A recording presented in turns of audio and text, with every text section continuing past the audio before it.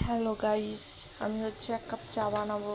যার জন্য একটু গরম পানির মধ্যে এটা এই কাপের চা খাবো।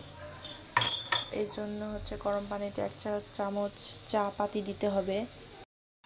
এর জন্য 1 চা চামচ চা পাতি দিলাম। 1 চা চামচ চা পাতি কম হয়ে যায়, তার জন্য আরেকটু দিতে হবে।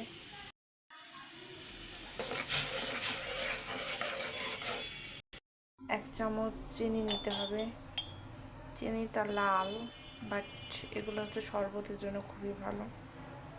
1 চা চামচ চিনি দিয়ে হয়ে যাবে। আর হালকা একটু নিয়ে, বেশি মিষ্টি আবার খাওয়া যায় না, বেশি মিষ্টি খাওয়া ফ্যাট। এদিকে দেখছি চা পানিতে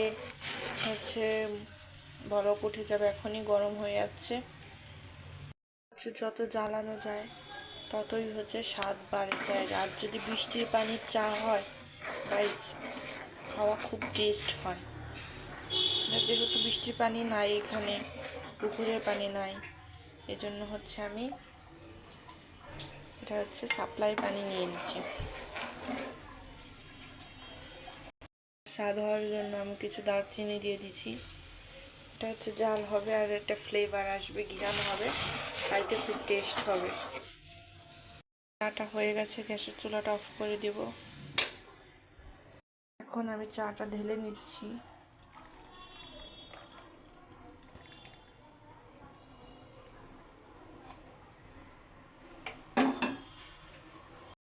চাটা এখন আমি গুলায় নেব, যাতে নিচে চিনি পড়ে না থাকে।